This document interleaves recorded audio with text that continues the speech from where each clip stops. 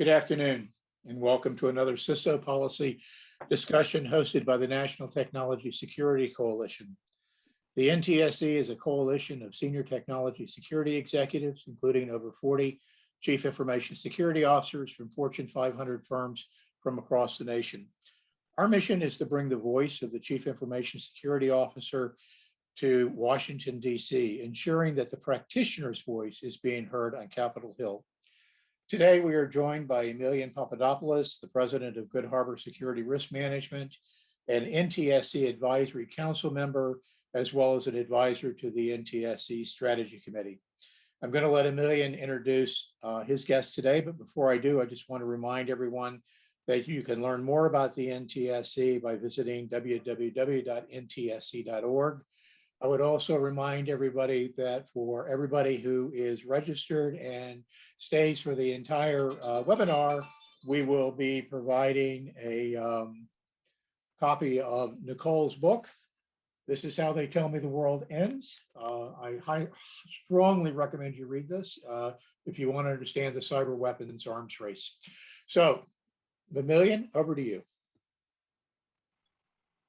Terrific. Thank you so much, Patrick. Great to be here with you all. And most importantly, thank you, Nicole, for joining us today, for taking the time, also for the great book, which I've got right here as well.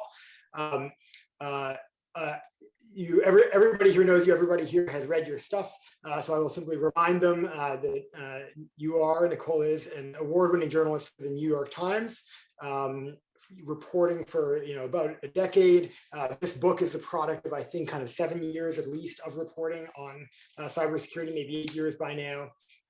But you've written, in the book about the cyber weapons arms race, but for the New York Times about Russia, about China, about hacking in political campaigns, about water utilities in Florida were being hacked, about ransomware before ransomware was a big thing, really a broad range of stories. And after we talk about the book a bit, we hope to cover some of that too. Patrick held up the cover of the book. I've got the inside of the book right here, which expands on your biography, talks about the fact that you studied at Princeton, studied at Stanford, are a frequent lecturer at Stanford Business School, which is fantastic. And my favorite part, lives in the Bay Area, but increasingly prefers living off the grid in a cabin in the woods. One of the questions we'll have to get to is how in the heck does a New York Times reporter ever get off the grid? So we'll hopefully get there, but we're very excited to have you here today, Nicole. So thank you for spending the time with us. Thank you, Emilian. Thank you, Patrick. And thank you, NTSC. And thank you, everyone else, for joining what I'm sure is your 1,000th Zoom webinar in this pandemic, and hopefully we can do it in person sometime soon. Absolutely. We are in the process. I know Patrick is studiously planning NTSC's next annual policy conference in person in Washington, D.C. in the fall. So we're looking forward to that, and future events in person. Yes, can't wait to get together. So let's start by level setting. Maybe not everyone like me has read the book twice cover to cover. So let's start by level setting. The book, by the way, very optimistic title, This Is How They Tell Me the World Ends. The cyber weapons arms race. What is the cyber weapons arms race? The way you've kind of defined that term. What does it look like today, big picture, and how did we get here? Give us kind of the broad scope of the book. Well, the broad scope of the book is that the United States had a tremendous first mover advantage when it came to its offensive cyber capabilities. And the book really documents an initial wake-up call that the United States got from our adversaries, then Soviet Russia, during the Cold War, when we discovered a Soviet implant in the back of our typewriters at the US Embassy in Moscow. And what a wake-up call that was for the NSA in particular, that Russia at the time was capturing all of our unencrypted communications before it had been encrypted from a typewriter. It was also just a magnificent feat of technology. That implant they found in those typewriters measured every slightest disturbance in the Earth's magnetic field from every key-ridden stroke, cataloged it, and sent it to a radio listening unit that the Soviets had buried in the embassy's chimney. And I tell that story because it was a case where we really learned from the enemy. And we learned that before that discovery, we were sort of in la la land, is what I was told. And that unless we deployed the same level of ingenuity in terms of how we were thinking about new technology, whether it was a typewriter or these days an iPhone or Android phone or Windows systems or Huawei or Cisco, we were not only going to lose the Cold War, but we would never win another war because we would be behind the adversary. And that launched us into this new frame of thinking where we would search for, we, the United States, would search for vulnerabilities in every new piece of technology that came on the market and find ways to exploit it for our own counterintelligence programs, to spy on adversaries like Russia, like China, like Iran, like North Korea, and also increasingly terrorists. And all of the embassy bombings on US embassies throughout the 90s, sort of culminating in 9/11, opened up a whole new can of worms because we didn't just need to spy on traditional adversaries like Russia. We didn't know where the enemy was, and they were popping up in different forms throughout the globe. And our answer to this was to collect as much intelligence on as many disparate possible adversaries as possible. And the best way to do that was through digital vulnerability. And so we've been doing that for a very long time, and we learned a lot about those programs through the Snowden revelations. It wasn't really a surprise, but we got a look at just the breadth and depth of those programs.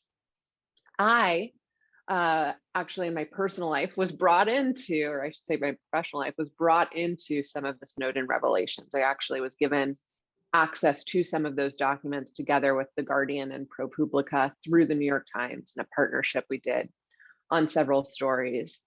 And while everyone was very fixated on sort of the phone call metadata collection programs and the fact that the NSA was spying on Angela Merkel's cell phone, et cetera, what I saw in those documents was a whole new mystery, which was, it's very clear from looking at these documents that not only do we have access into every piece of new technology that comes on the market, and we're deploying a lot of our resources attacking each new technology that comes on the market, but it's clear that these are coming from somewhere else, you know, not just within the NSA's own talent, within the NSA's own hackers, that there were these littered references to outside parties that would present or sell the NSA these capabilities.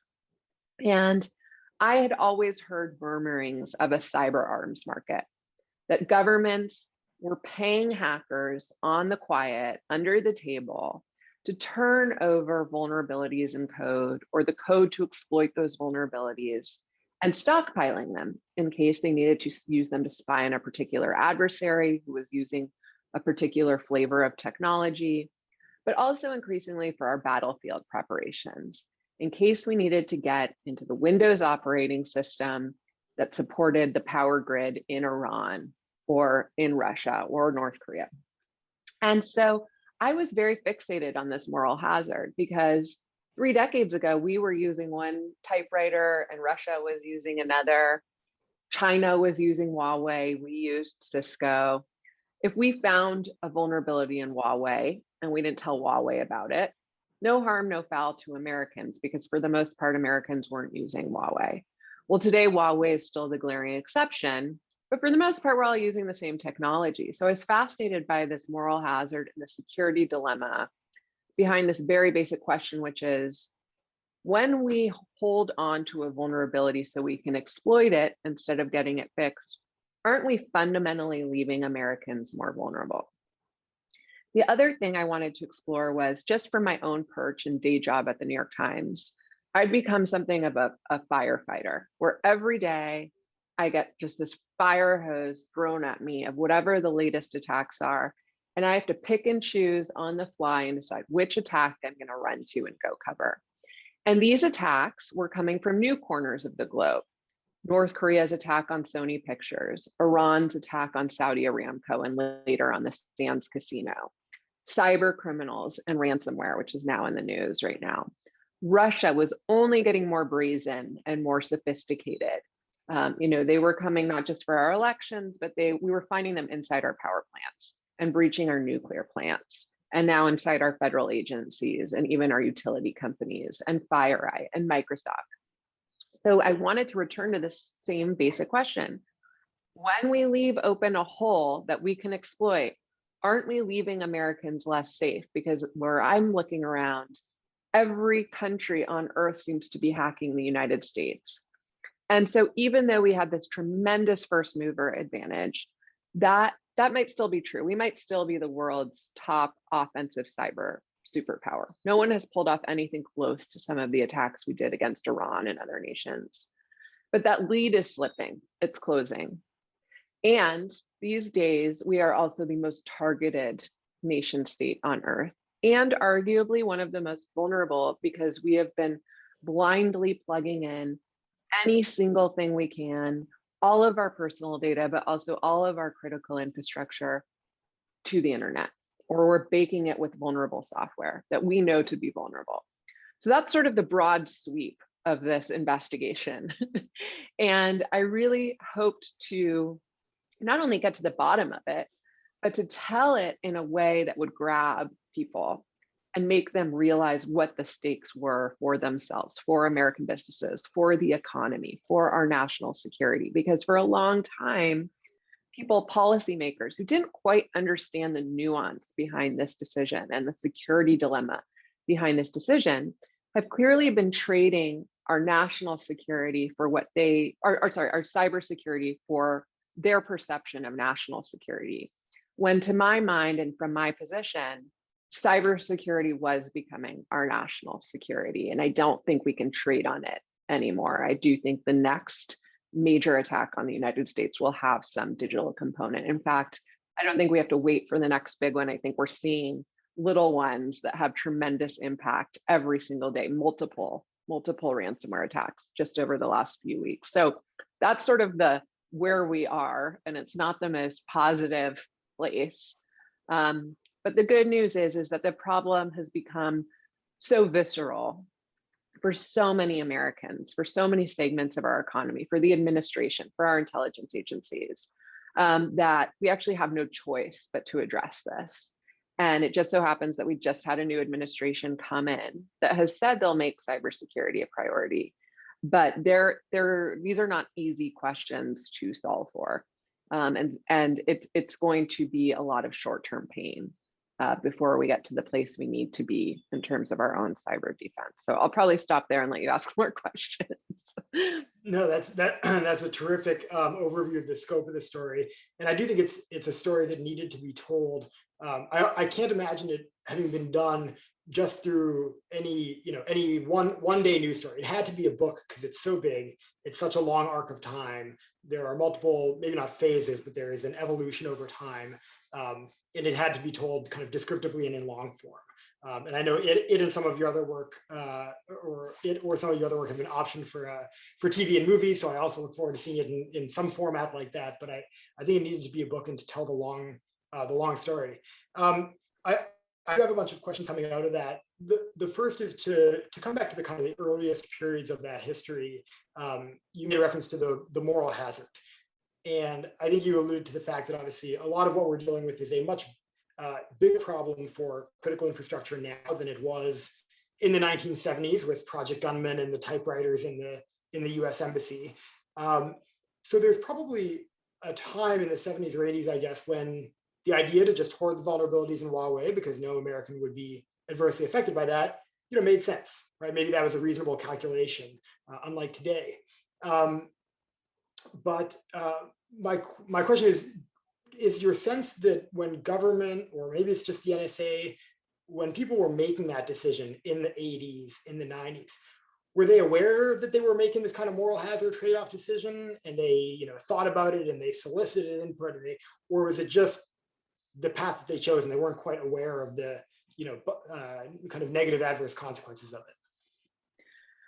I think that they were aware that technology, and particularly the internet, was not safe. Like we had gotten these warnings as far back as the 60s, actually.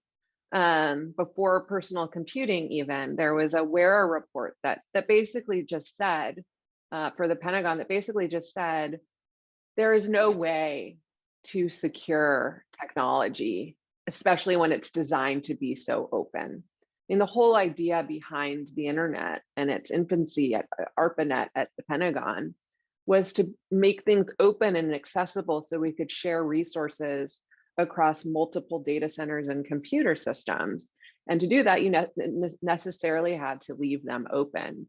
But people started asking these questions around security. If something's designed to be open and to not be owned by one entity, but to be so decentralized, it can never be secure.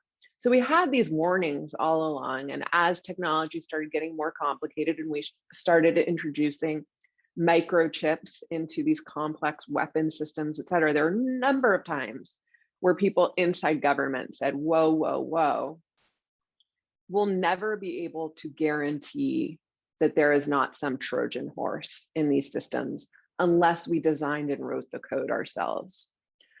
But what happened after Project Gunman was we realized, okay, maybe it's going to be insecure. We better be the world's top exploiter of these vulnerabilities. We better have the upper hand. And that's what Project Gunman was. It was realizing, okay, our adversaries clued into the vulnerabilities inherent to these systems. We've just been operating in la la land. It's time for us to pour significant resources into essentially being the world's biggest attacker of any new technology that comes on the market. By the time I was asking these questions, a lot of people in the intelligence world's views about this had changed. And that is really why they would talk to a reporter from the New York Times writing a book. So for example, one of the people I interviewed, who I call Jimmy Sabian in the book, spoke to me on the condition that I not use his real name. But he was one of the country's first brokers of code. And I should back up here and just say, for those of you who don't know what a 0-day is, a 0-day is the raw material for a lot of these cyber arms or cyber weapons. But a 0-day is just, it's an unknown flaw in software or hardware that the manufacturer doesn't know about. So just its most basic example, if I'm a hacker and I find a flaw in your iPhone's iOS mobile software that Apple doesn't know about, there's no fix for it, no patch for it. And that's called a 0-day. And if I write a program to exploit that flaw, to do any number of things, let's say read your text messages or track your location or access your contacts or record your calls, that's called a 0-day exploit. And if I can exploit that flaw without you having to do, you, the iPhone user, having to do anything, not even click on a link or anything, that's called the mother of all 0-day exploits. And right now you can go to a company called Zerodium. If you develop that capability, you can sell it to them for $2.5 million. You can sell it to an Emirati or Saudi dealer called CrowdFence for $3 million. We're already getting outbid in the space. The caveat is you're going to have to sign an NDA and you're going to have to promise to never tell Apple about it, because the minute Apple learns about it, they'll fix it. They'll roll out a software update. You'll get one of those annoying software update prompts, and you'll basically be protected, and that $2.53 million 0-day exploit capability goes to dust. So one of the people who first sort of seized on this idea that they could start selling 0-day exploits to the US government is this guy called Jimmy Sabian in the book. And he said, first they were finding 0 days and developing exploits and selling them to the Pentagon. 80% of their business was with the Pentagon. 20% were some law enforcement agencies like the FBI or the DEA. And then he realized, well, why are we spending all day searching for these flaws when there are hackers all over the world finding these flaws? We'll just start working with middlemen who will go out to Eastern Europe and find guys who know where these flaws are, sell it to them, pay them $150,000 in those days to demonstrate a 0-day. They'll bring it back here. We'll write the code to exploit it, and we'll sell that to US government agencies.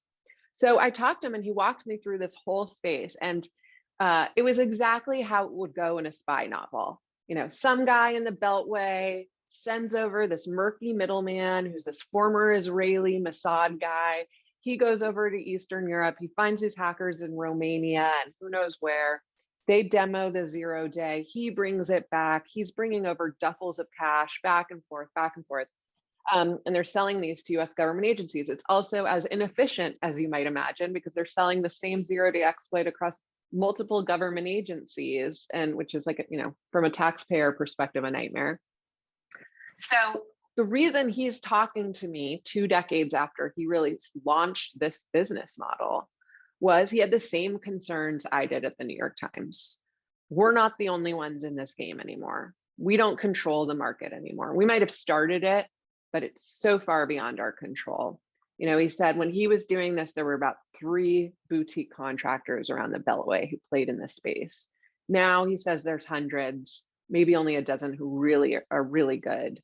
But there's a lot of copycats around the world now, and they're servicing Iran, China, Russia, Saudi Arabia, the United Arab Emirates, each with their own definition of who a terrorist is.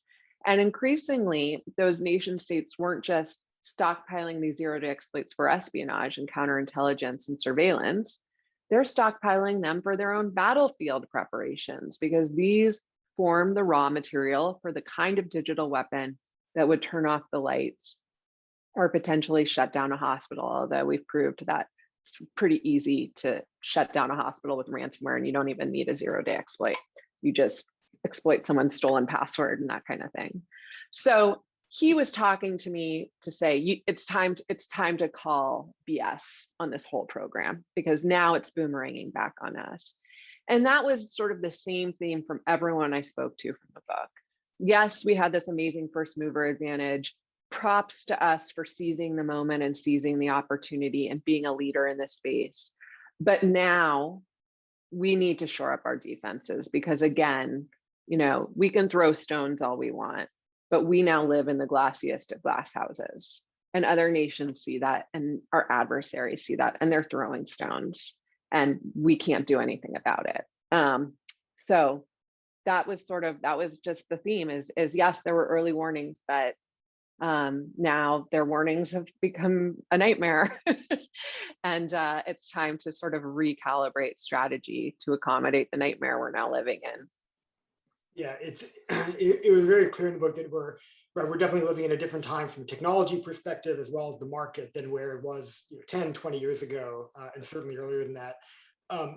One of the things that I loved about the book, and to remind everybody, I'll hold it up one more time. This is how they tell me the world ends, and everybody on the webinar will be getting a copy of this from Patrick Gall and the National Technology Security Coalition. So we're excited that everyone will be going back to read it. I love the book combined, the broad arc, the stealthy in the dark alleys kind of stories of sleuthing and hacker brokers and so on. It combined these great individual stories about people, brokers, government, developers, but it was also heavy on microeconomics, but microeconomics that I could actually understand. I've never enjoyed microeconomics in my life, but as I read this, I was like, wow, this is a market. And it really kind of explained to me how the market worked. And I just want to, hit on one point which you mentioned, but it jumped out at me in the book, which is that it wasn't when we say the U.S. government was buying a lot of these 0 days, and that sounds okay because maybe you're taking them off the market. It wasn't just the U.S. government as a unitary actor. The Pentagon would go and buy a 0 day from one person, make them sign an NDA that they couldn't tell anybody. The FBI would go and buy the same 0 day from the same person for another couple $100,000, make them sign the same NDA. DEA would go and buy the same 0 day from the same person. And so you'd have this broker sitting there charging the US government in triplicate for the exact same thing, not being able to tell anybody about it and save the tax dollar money even if they wanted to, because they were bound by these confidentiality agreements, and certainly not being able to tell the company that actually made the technology. Which is just bonkers to me. And then you fast forward in more recent history when companies have launched responsible disclosure programs, bug bounty programs, whether they're private or public or outsourced. But even so, now Microsoft or whoever it is that wants to run those programs, they are competing in a competitive market with the US government as well as foreign governments and other non-state actors, right? Yes. Yeah, you did a great job laying it out. It is a market no one knows exists outside the space. I compare it to Fight Club. You know, the first rule of the zero-day market is nobody talks about the zero-day market, and the second rule of the zero-day market is no one talks about the zero-day market. It all operates within this black box because, you know, the minute you know what a zero day is, it gets patched and then it's worth nothing. There's immense duplication, I think is the technical word that we use in government for waste of this kind. I learned about government agencies I'd never even heard of, like the Missile Defense Agency that buys 0 days. I had never even heard of this agency. So, you know, what it suggested was every one of these government agencies sees value in these vulnerabilities and in acquiring them. And a whole industry has cropped up to meet their needs. And most of them don't care if they get to sell this 1 0 day over and over and over again to various US government agencies. And really, like, that is just a very small example of a larger problem within US government in dealing with cyber defense, which is we've always been operating from a very siloed approach. I just wrote a story with about Leon Panetta, the former Secretary of Defense, and I went down and met with him at his home in Monterey. And he told me that during the Obama administration, he was very worried about this siloed approach to our cyber defense, particularly as Iran was showing itself to be more of a formidable digital adversary than we had given it credit for when we first started launching attacks on Iran. It caught up much more quickly than we gave them credit for. So he started convening these morning breakfasts at the White House. It was Leon Panetta, Bob Mueller, you know, then at the FBI, Lisa Monaco, and Keith Alexander from the NSA, I think were the four. And they would meet and they would try and figure out, how are we going to break through these cyber silos among our agencies? And he said they never really solved it. He said by the time he left office, he felt like they never really solved it. And he doesn't feel like we've even solved it today. I'm a little more optimistic probably than Leon Panetta, in that I think we're about to have a national cybersecurity director. And I do hope it ends up being Chris Inglis. And actually my favorite quote of anyone in my book belongs to Chris Inglis. This is the nominee for that position, a new position created by Congress. He said, if we were to score cyber the way we score soccer, the score would be something like 452 to 462 20 minutes into the game. In other words, it's all offense and no one's playing goalie. We've put nothing into our cyber defense, which was tremendously reassuring coming from Chris Inglis, because he spent his career at NSA. And, you know, NSA is one of the biggest players in sort of catalyzing the United States position in cyber offense. But even he, like so many others I interviewed for the book, realized sort of the game's up. You know, we've had our fun. This is not to say we need to slow down on offense. I think most of our adversaries don't feel like haven't paid any price for some of the cyber attacks they've launched on the United States. But if we're going to go the offensive route, if we're going to keep escalating with these attacks on the Iranian grid and the Russian grid and North Korea's missile launching systems, on and on and on, we better make sure our missile launching systems are secure. We better make sure our power grids are secure, our water treatment facilities. And what we're learning every day with these attacks I'm covering is they're not secure. Absolutely. And as you said, every day in your inbox, you know, get reports of more attacks than any one person could possibly cover. And you've got to kind of pick which one is the relevant one that the reader needs to know about and go dig into that. But there are plenty of them to pick from. I want to ask, you know, most of our group here online are chief information security officers of large enterprises, right? So they're you know, living and breathing and fighting against the 0 day and the exploit every day of their lives. And so I want to ask a couple of questions about the topic of the book, you know, from their perspective, and from the perspective of the NTSC, which is a nonprofit whose mission is to be the voice of the CISO in policymaking and in Washington, D.C. So I'll ask a couple of those questions, and then maybe we'll chat about other stories and about the cyber executive order that came out recently and your thoughts on that. One of the questions I want to ask is kind of the predictive question, which is, where do you think we go from here? First, in the cyber weapons arms race or market, are there any indications that there are changes coming to how that market works? And then more broadly, in kind of the arena of cyber conflict, where the theme for the past several decades has been offense preference, as you just pointed out, that the offense has an advantage over defense. Do you see that changing at all in the near future, and why? So those are kind of the forward-looking questions for you. So I'll take the second question first. And I do think we are thinking very hard about cyber defense. We're asking critical questions that you almost can't believe we haven't asked for a long time, or at least people outside your space haven't bothered to ask, such as, shouldn't we know what's in our networks? When I got the call about SolarWinds and I started calling around to everyone SolarWinds had listed on their website as clients at the Pentagon and the Department of Energy and the Treasury and everyone, more than half of them didn't even know that they were using SolarWinds. When I dug into SolarWinds, turns out most of the code was built and maintained in Belarus and overseas. Not to say Eastern Europe is fundamentally more vulnerable, but none of their customers knew that all the code that they're relying on for visibility into their nuclear labs, the Treasury, all of these things, Department of Homeland Security, that most of that code was built and maintained and secured from Belarus. So now we're asking those questions. Now we're talking about the SBOM, the software bill of materials. We even have our buzzword. I guarantee RSA next year, the buzzword's going to be SBOM. That's a very nuanced term that seems so obvious in retrospect. And it took us until 2021 to think about how are we going to get an SBOM out of federal contractors, and how are customers going to be able to demand an SBOM from their clients and their technology vendors. That's critical.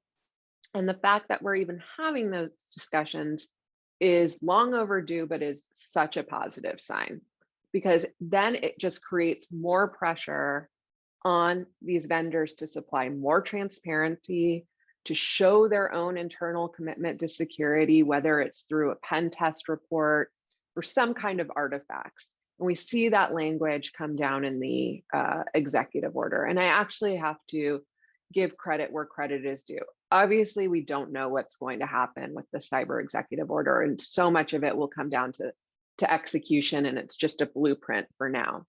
But it has been so frustrating to see that there's been no way, because of just the resistance to regulation, and regulation has become such a dirty word. There's been no way to mandate that these critical infrastructure operators meet this bare baseline of cybersecurity since 2012, when that bill was essentially filibustered. So in the meantime, it's just been, here are some best practices. But we've also made federal contractors go through this horrible, on-ramp process that's full of red tape and bureaucracy. So one of the things that I think the executive order did really well, and I'm sorry I'm going off on this, but I think it gets to the heart of the question. This is great. Keep going. Okay. Is that, it says you self-certify. Okay. We're going to come up with these standards with NIST. We're going to let you self-certify. We're going to cut away all of this red tape. You're going to self-certify that you meet this baseline. But if you lie to us, if you get caught, in a ransomware attack, and it turns out that it came down to an old inactive employee account and a stolen password, and there wasn't two-factor authentication, or you didn't patch for that Pulse Secure VPN vulnerability, or you were using a decade-old version of Windows, you can never do business with the federal government again. That is an important stick. And the way that they did it, sort of using the power of the purse, I think is very clever. So I give them credit for that. I also think it shows a level of nuanced understanding that has been missing from a lot of policy. So I applaud that. And I think that is a very good sign that perhaps this administration actually understands the dynamics more than we usually give policymakers credit for. Okay, and then the first question on the vulnerability equities process, we've been told, we reporters and policymakers have been told that we have had a system whereby we debate the merits of keeping or turning over a 0-day. Through my book, I was able to interview most of the people who led that process, including Howard Schmidt, who sadly passed away a couple of years ago. And Howard was the first one to launch this process during Bush's second term. And then, it went to Michael Daniels and eventually others through the Trump administration. And we were told, and really the person who told us more about this than anyone else was Rob Joyce, in a memo that he put out there in the Trump administration, and said, we actually do have a process, and we take these criteria into account. And by the way, the United States should get credit for being one of the only governments on earth that actually has a process by which we're debating the merits of keeping or turning over a 0-day, because no one in Iran is sitting around a mahogany table debating whether to keep or turn over a 0-day to Microsoft or Apple. So that's good. But the criteria we were told we took into consideration, how destructive would this 0-day be in an adversary's hands?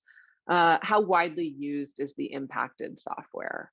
How damaging to industry, to our relationship with industry, would it be if they learned that we had held on to this? On and on. All of that criteria sounds really good until you look at one 0-day exploit that got dumped in the Shadow Brokers leak, Eternal Blue, and you find out that it was in Microsoft Windows, the most widely used software in the world. It was incredibly destructive in our adversaries' hands, and we saw that firsthand after North Korea picked it up for the WannaCry attack, and then Russia and NotPetya, the most destructive, expensive, costly cyber attack in history, that it hit American businesses like FedEx and Pfizer and Merck, our most critical businesses, that we'd held on to it for 5 years. And finally, when I interviewed people at TAO, did you know how damaging this would be in another person's hands or another adversary's hands or cyber criminals? They said, yes, we called it fishing with dynamite. We knew how destructive it could be in an adversary's hands. But the amount, they said, you don't understand, Nicole. If you were sitting at my desk and you saw the intelligence we were getting on these terrorists through that 0-day exploit, you would understand that we would never seriously consider turning it over to Microsoft for patching.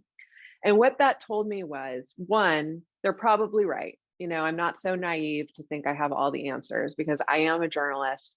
I don't go into the skiffs. I don't get to see the intelligence that they get from these 0-day exploits.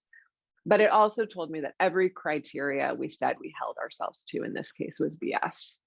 And so I think after that attack, there wasn't much, I don't know if there was any change in that dynamic, whether there was some kind of way that we could say, wait, are we holding ourselves to this criteria? Maybe everyone who participated in that process went off on some wellness retreat and meditated on what went wrong here. And when I did interview Michael Daniel, who would have overseen this process if or when Eternal Blue would have come up, he wouldn't speak to it directly, nor could he, because it's all classified, but he did say, I have some serious regrets over some decisions that were made, and that the debates would get so heated at times that he said, quote, sometimes there's blood left on the table. These were never easy decisions. And sometimes we knew we had to sacrifice some element of our national security for these decisions. So it's not a clean process, but I think just having done this book and calling out the process and calling out the stakes, it was my own, selfish effort to get this conversation into broader hands. This is not a unique moral hazard or security dilemma. This is one that epidemiologists, have to address when they're talking about gain of function research and that kind of thing. And so my goal with the book was really to put this out there for the layman and also people in these other fields to see if they could help contribute some mechanisms that can hold us to this word, because clearly, we're not the only ones who are finding these 0 days. And there's been a couple cases where China found our 0 days on their systems, retrofitted them, and used them in their own operations. We saw what North Korea and Russia did. And so I do think that has filtered down into the thinking, I hope, on what the stakes are for some of these decisions. But again, it's a closed box and it happens in a classified room, and you never really know. Absolutely right. I will say, by the way, and you said, I'm a reporter, I don't go to the SCIFs. As another teaser for everyone to dive into the book, there is, I don't know that we'd call it a SCIF at the New York Times, but when you tell the story of when you were beginning to work on the Snowden files with The Guardian and ProPublica, that there was a room, I'll leave it at that.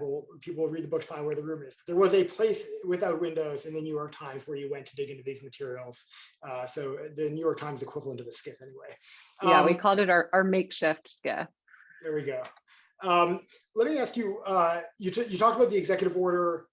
You talked about, sticks in there. One of the other pieces of the executive order is the Cyber Safety Review Board, this idea of kind of a cyber-like NTSB.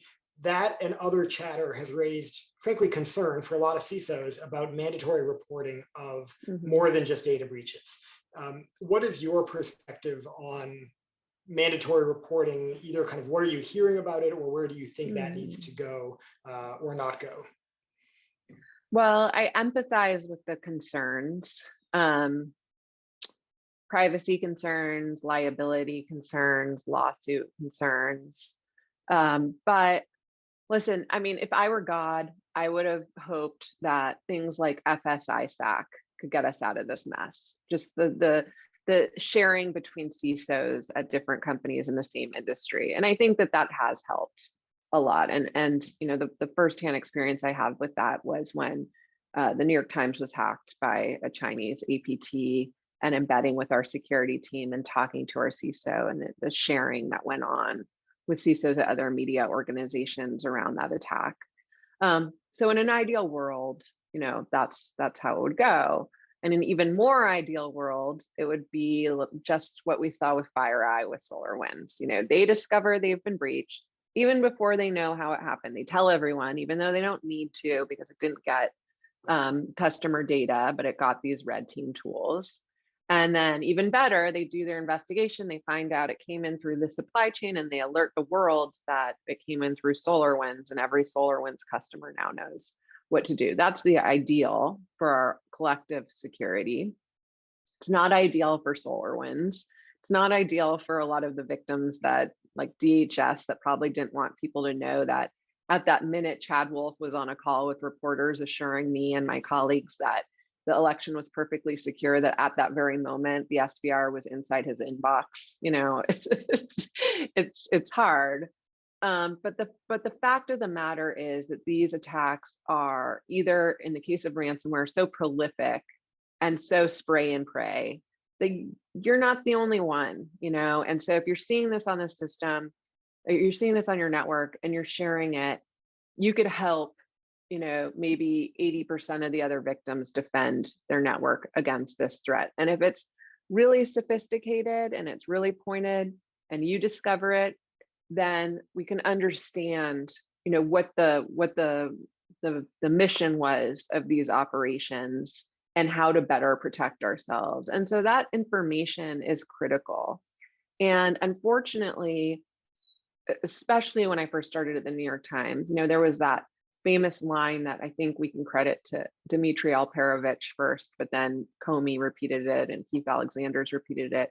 That whole, there's only two types of companies left in the United States anymore: companies that have been hacked and companies that don't know they've been hacked yet.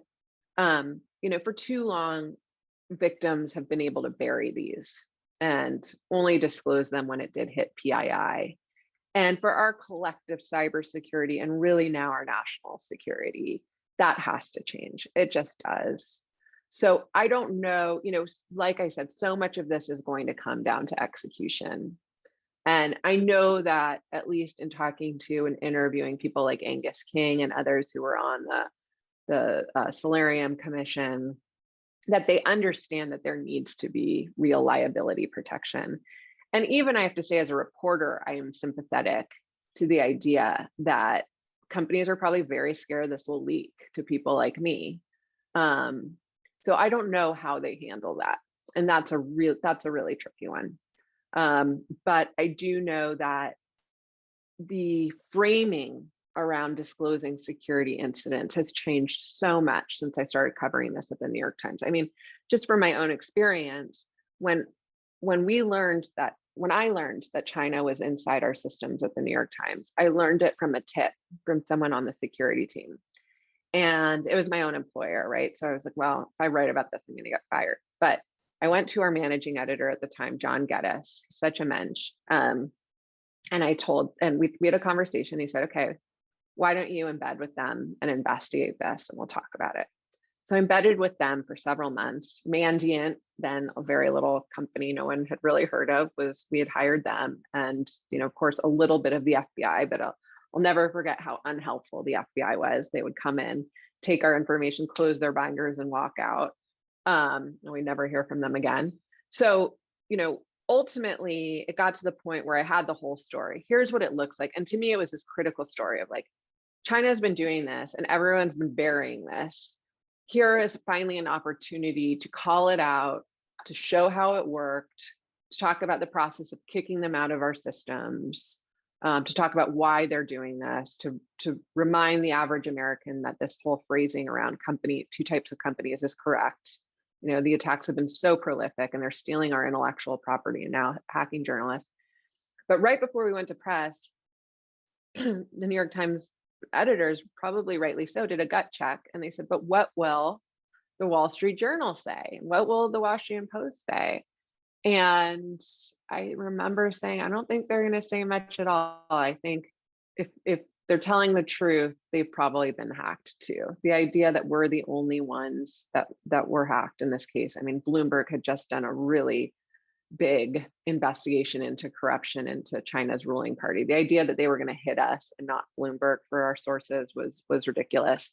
So we published a story, and lo and behold, the Wall Street Journal and the Washington Post and everyone except for Bloomberg said we were hacked too. And suddenly you weren't cool if you weren't hacked by China. And I really do think that changed. The thing I'm most proud of probably in my entire career is that we did that story, because I think it really changed the discussion from victim blaming to no, we have a major problem on our hands. And now American companies are being expected to defend themselves from nation states. And by the way, I think it changed for this audience. I think it changed the understanding of a CISO. I wrote a story early on in my time at the Times where I interviewed a bunch of CISOs and they compared themselves to lambs, waiting for slaughter. Like the minute they were hacked, they'd get fired. But I think that changed to, oh no, if you have been hacked, if you've been the CISO at an organization that's been hacked, we want you, because you've been in the trenches and you know what a real incident response looks like, and you know how messy it can be, and you're actually a real asset. And in fact, there was someone did an op-ed recently, and I forget where it appeared, and it said the opposite. It said, don't hire anyone who's ever been through a breach. Don't hire a CISO who's been through a breach. And everyone just went for blood on this guy, because everyone knew that's ridiculous. You want the people who've been in the trenches and have seen how this all plays out and what nation states are capable of, or ransomware groups are capable of. And so I do think the discussion has changed away from pure victim blaming. Let's sue a company that, loses your data, to no, this is a national security problem and we need national security style collaboration and a silver buckshot approach to this. This is not just a one-off. A company didn't take their security seriously. Now, that's not to say SolarWinds gets off scot-free here, because they had some serious problems. But for the most part, I think we're all up against a really significant threat, and it's going to take a lot more than burying your head in the sand and pretending it didn't happen, or trying to get away with not telling anyone what happened. Absolutely. I love the many quotes that are sticking with me, the fishing with dynamite, the going after blood, and all these things. I wanted to ask, you were, by the way, I've got one or two kind of audience questions coming in. We'll go to those in just a minute. And I want to remind everybody, if you do have a question for Nicole, please post it in the Q&A. Patrick has taken a look at those, and we'll try to pull in one or two of those in our last 10 minutes here. There's first of all, I couldn't agree more with you that leaders can't bury their heads in the sand. And one of the things that this organization, the NTSC, tries to do is see some perspective to the policymakers and say, we can't ignore this problem any longer. You and I, settled on doing this chat before Colonial Pipeline had happened, before JBS, and some stories seem to go by and others seem to actually catch national attention and, at least for a time, get us focused. But we need more of that. I was thinking about the character in your book who is wearing this T-shirt that I absolutely love that says, somebody should do something, right? And that one stuck out to me because as the whole cyber weapons arms race goes on, somebody should do something about this. So you've got on the line here, a number of CISOs of multi-billion-dollar corporations. They're all here because they believe that leaders can't put their head in the sand. They believe that the CISO perspective is important here. They have the opportunity to advocate for new policy. What do you think? Somebody should do something. They're already doing something, but what else would you say needs to be done? How else, as a reporter, coach us? How else do we get leaders' attention on these issues? So this is a really good one. And I also take heart in the fact that this has become a board matter, a board priority. Boards are now asking about cybersecurity. They're asking whether companies are meeting these standards. They're elevating people like yourselves, CISOs, from someone who reports to a CIO or doesn't have the title Chief Information Security Officer, to someone who might be called in to present to the board. I was really heartened by the story I did a couple of weeks ago about Bob Lord at the DNC, who came from Yahoo, went to the DNC to help them defend themselves ahead of 2020. And Tom Perez said, you're speaking at every single all hands meeting, without fail. You get 10 minutes, talk about whatever the hell you want, but you get the floor. That is such good news. That is such good news. And so I actually think the most important thing you can do as a CISO, and this is going to sound really lame and like The Office, workshopping exercise or something, but work on your communication skills, work on your diplomacy skills. This has not been a real talent known to a lot of cybersecurity professionals for very good reason. I think cybersecurity professionals feel like they've been screaming at the wind for a very long time. But find ways to communicate these problems in the simplest of terms. And I'm sure most of you are doing it if you're working at a Fortune 500 company, but that is the number one thing you can do. And find ways to communicate this in tangible terms to employees. One of the things Heather Atkins at Google does is new hire presentations. She runs cybersecurity at Google. She speaks with new hires, and every time she tells the very gory tale of the Aurora attack on Google systems, the Chinese attack that got as far as some of Google's source code that came in through a zero-day exploit that was enabled by someone clicking on a link in a MSN, and I think at the time, I forget what we even called those back then. And now, and I saw one of your questions, now 80% of ransomware attacks are coming down to two-factor authentication. So I know it's not easy to just turn on two-factor authentication in some of these very large enterprises. And I fully admit that I'm not a coder and I've never been a CISO or a sysadmin, and maybe just to punish myself, I'll go do that after this job. But it's so critical. If 80% of these ransomware attacks are coming in through a lack of two-factor authentication, or in the water treatment or Colonial Pipeline attack, it's an old inactive employee account, or a vulnerable VPN, and all of it would have been solved by two-factor authentication, then I think two-factor authentication is the number one thing that companies can do to deflect these ransomware attacks. And then I think it's, all the things you guys already know. It's keeping your software up to date, patching quickly, teaching employees, running phishing simulations. I was just giving a talk to a bunch of people who run phishing simulations for their companies, and talking about these really gory stories where, they made that classic un-PC mistake of saying, here, everyone gets a bonus this year with a link, and, everyone clicks on it and then they got fired, but it doesn't have to be that bad. It's just it's really interesting. And what they said was, listen, the goal isn't perfect OPSEC, because we're never going to get to a place where an employee doesn't click the link. These phishing exercises will continue to, or phishing attacks will continue to get more sophisticated. But what we really want to focus on is getting that number down of the people who will click, and the amount of time, getting that time, the response time down to as short as possible, so we can limit the blast radius. And so much of it comes down to just that employee communication piece, and getting your employees to understand the value of these phishing exercises, and getting your employees to understand what the impact is if they click that link, or they hand over someone's password, or if they're using their same employee password in some other capacity somewhere else. So much of it just comes down to that. With the water treatment hack, which to me was the scariest attack we've seen, it came down to the fact that the water treatment plant was using a decade-old version of Windows that hadn't been updated, or couldn't get updated in a couple of years. This is a water treatment facility. And unfortunately, that's just the reality of the situation. They don't have the resources of a PG&E, to go build up their own mini intelligence agency and track APT threats and, sophisticated intrusion detection technology, but they shouldn't be using a decade-old version of Windows, And so that's where I think the executive order piece gets interesting. It's just, how do we translate that down to the state and local level and to some of these critical infrastructure operators?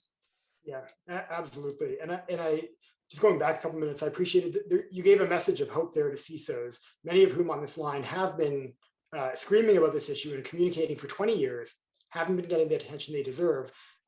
But there is something changing in the water, so to speak. I was stunned that the recent, after the executive order, the memo about ransomware that went to executive CEOs and said, you must do something urgently. Mm-hmm. And, the CISOs have been telling them that for 3 years, 5 years. You've been telling them in the New York Times.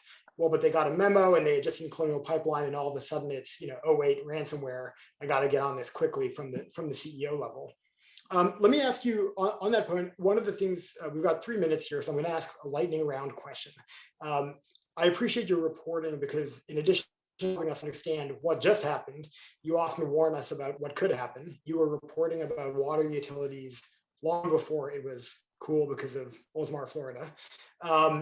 And so I want to ask you, is there anything else that you see on the horizon that troubles you? And I'll pull in a question from Michael Klein here, who wrote, can you talk through the role of disinformation as a cyber weapon itself, or in concert with other cyber weapons like ransomware? So final question, disinformation and the future cyber threat. Thank you. Yeah, I saw your question, Michael, and disinformation is the scariest threat we face. Only to me, it goes climate change, disinformation, and then cybersecurity. It scares me because it's not code. It's you're hacking people's psyches. And right now, after we've discredited the media and called the media the enemy of the people, and after the media itself has done itself a disservice in a lot of cases, the situation and the environment has never been more ripe for disinformation to have a major impact. But when I read your question, the first story that popped into mind is actually one I tell in the book. And it's one of the few arenas where I address disinformation in the book, because it's not my beat at the New York Times, even though there is overlap.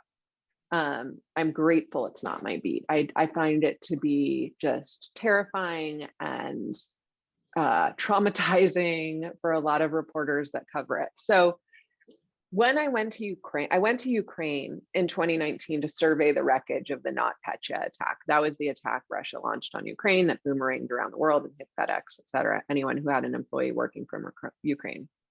And while I was there, they were having this unprecedented measles outbreak. And if you think back to actually some of the measles outbreaks we saw in the US that year in sort of the Hasidic communities in New York, and other communities throughout the US, they traced it back to this pilgrimage that basically went back to Ukraine. So the measles outbreak had come through Ukraine. Well, when I spoke to, and I spent a lot of time that trip with Ukraine's disinformation minister, which is something they have now and we should consider here in the United States, they traced it back to Russia. It was a Russia disinformation operation that was targeting young mothers in these Ukrainian Facebook groups for young mothers, and they were blasting the comment sections with comments that legitimized the vaccination debate. And it was a ripe target, frankly, because Ukraine had had a huge miss with one of their vaccinations at a certain point. It didn't work. It was horrible. You could go back and research it. But basically, you could trace this measles outbreak back to a Russian disinformation campaign. So it was no surprise when over the last year, we started seeing this research come out about the Russian origins of some of the disinformation that legitimize concerns around the COVID vaccines. And there's been some great reporting on that just over the last few weeks.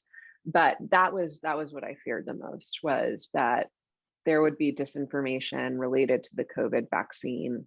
It looks like most of it was aimed at pumping up the Sputnik vaccine and denigrating some of the Pfizer and Moderna vaccines, et cetera. But the end effect is people are turning down the vaccine. You know, we're never going to get back to life. We're never going to get our economy back to the way it was unless we're all getting vaccinated and we achieve herd immunity. And we've already decided that's not going to happen anymore. So now we're just hoping that in our own communities, we'll develop our own kind of herd immunity. And a lot of that is not Russian disinformation. That's just the American public's disinformation. And I think ultimately the answer is not an easy one. Like so many of these issues, I think it's going to come down to an education issue and a reinvestment in public education and teaching kids, how to spot biased news sources and propaganda, and which sources to trust online and which not to trust, and when to click and when not to click, and how to research the origins of this information. And there's some people doing some really important work in that space, like Cindy Otis, who just wrote a book aimed for young adults and high school students on spotting disinformation. And I think she has another one in the works. And there's a lot of heroes in this space, but it's such a hard one. And I really worry. And I think we're actually seeing, disinformation as a weapon. And if it, if Putin was as smart as we give him credit for, if I were him and I really wanted to cause serious divisions and slow down the US economy, I would just pump all my resources into propaganda and disinformation around the vaccine, because it's going to hold us back. So. Absolutely, and the idea that you just shared of that we kind of separate into communities that have been vaccinated enough to reach herd immunity and communities that haven't goes to that theme of Putin trying to separate Americans by leveraging maybe natural divides, but then exacerbating them.